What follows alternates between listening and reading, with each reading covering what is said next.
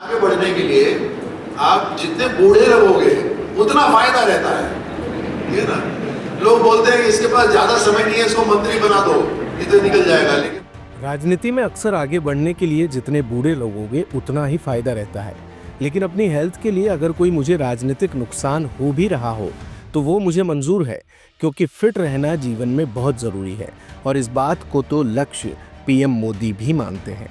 ये कहना है डीओआईटी मंत्री कर्नल राज्यवर्धन सिंह राठौड़ का, जिन्होंने ये जवाब आईटी दिवस के समापन समारोह में योर स्टोरी की फाउंडर श्रद्धा शर्मा के साथ फायर साइड चैट के दौरान फिट और डिसिप्लिन रहने को लेकर किए सवाल पर दिया।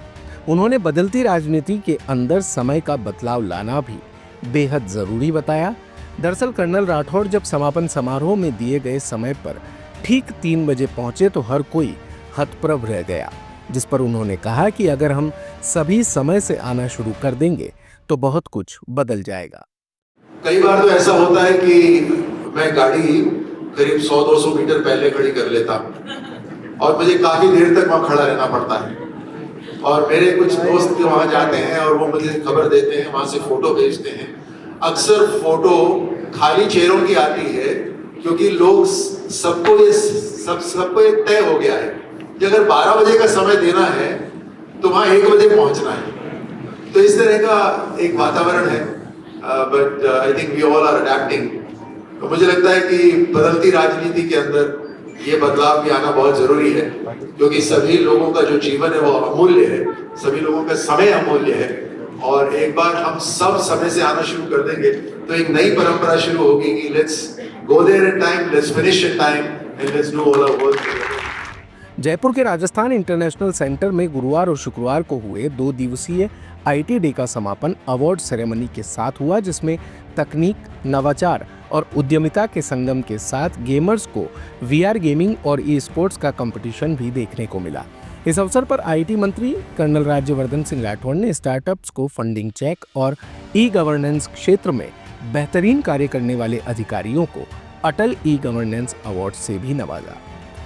इस पूरे कार्यक्रम का मीडिया पार्टनर था भारत कवरेज, जिसके मंच पर आकर कई एंटरप्रेन्योर्स, स्टार्टअप्स, युवा उद्यमी और सरकारी महकमों से जुड़े अधिकारियों के अलावा फिल्म इंडस्ट्री की शख्सियतों ने भी अपने अनुभव साझा किए।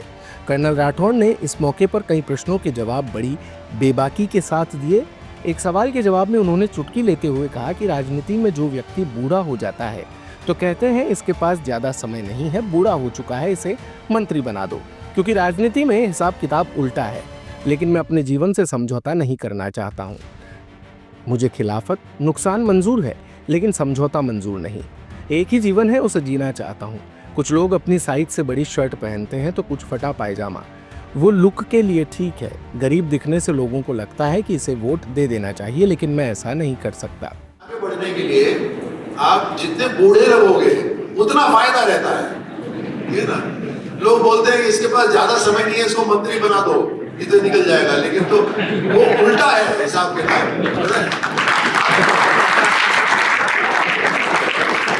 अब मैं अपने जीवन से कॉम्प्रोमाइज नहीं करना चाहता। सो मुझे ये जो खिलाफत बोलिए या ये जो नुकसान बोलिए, मुझे ये नुकसान मंजूर है, लेकिन मैं अपने जीवन के साथ कॉम्प्रोमाइज नहीं करना चाहता, क्योंकि मैं एक ही जीवन जीऊंगा, अभी जी रहा हूं। इस मौके पर राठौड़ ने कहा कि इसी साल राइजिंग राजस्थान की तर्ज पर स्टार्टअप और वेंचर कैपिटल समिट का भी आयोजन होगा, जिसमें 2 से 5 दिन के लिए नवाचार और निवेश का संगम देखने को मिलेगा। इस समिट का मकसद निवेशकों और स्टार्टअप को एक साथ लाना है, ताकि नवाचार, निवेश और उद्यमिता के क्षेत्र में नए अवसरों की पहचान की जा सके। हमारा इरादा है कि इसी साल अब राजस्थान के अंदर जिस तरह से राइजिंग राजस्थान हुआ था, वैसे ही एक कार्यक्रम करेंगे जहां स्टार्टअप्स और वीसीस को हम आपस में जोड़ेंगे। एक ऐसा प्लेटफॉर्म बनाएंगे, जैसे यहां पर अभी पिचिंग की प्रैक्टिस हो रही थी, at least startups had to pitch and practice.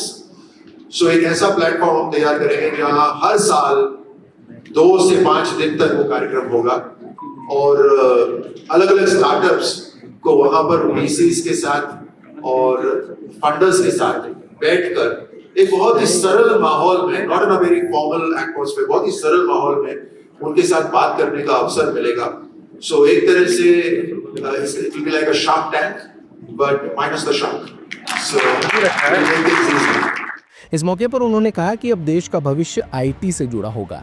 IT से जीवन कितना सुधर रहा है यह समझना बेहद ज़रूरी है, क्योंकि अब न सिर्फ ये जानना आसान हो गया है कि कितना धन लाभार्थी तक पहुंच रहा है या नहीं पहुंच रहा, बल्कि अब ये भी जानना सरल है कि कौन लाभार्थी की श्रेणी में नहीं है और उन्हें हटाया जाना चाहिए।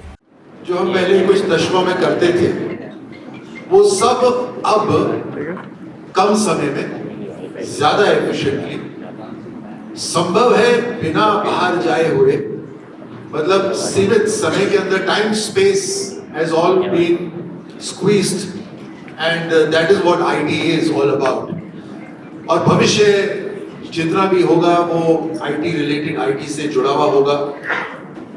सबसे पहले तो ये अत्यंत जरूरी है इस बात को समझना कि आईटी से जीवन कितना सुधर रहा है।